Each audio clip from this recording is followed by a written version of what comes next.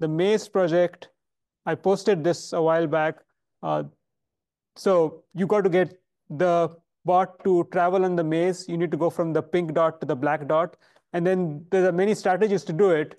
The video shows you one of them. Actually, they're pretty fast. If you look at the video, it's kind of interesting how this is done in the real world. But here, what we can simply do is, for a simply connected maze like this, if you just follow a wall, you should reach the black dot. So you can follow then the left side and the right wall.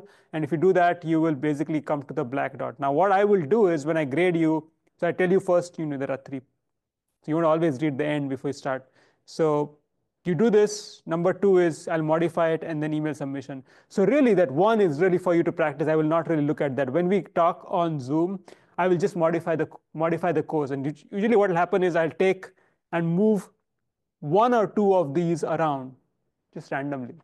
And you'll be amazed that what worked for you for the first part will just fail miserably or could fail just depending on how well you tuned it.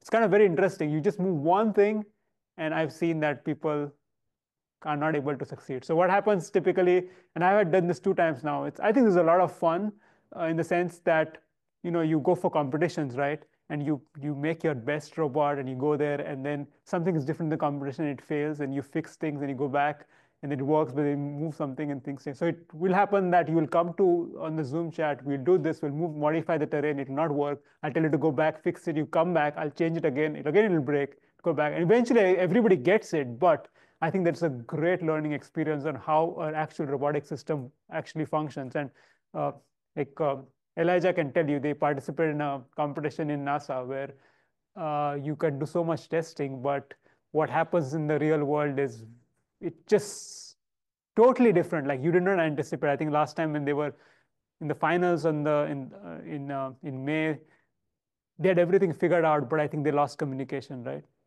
Yeah. Yeah. So they have a controller, but the communication. So this is a good problem. So don't take it in that spirit that, oh my God, he gave me such a hard one. It's a fun. Eventually, everybody gets.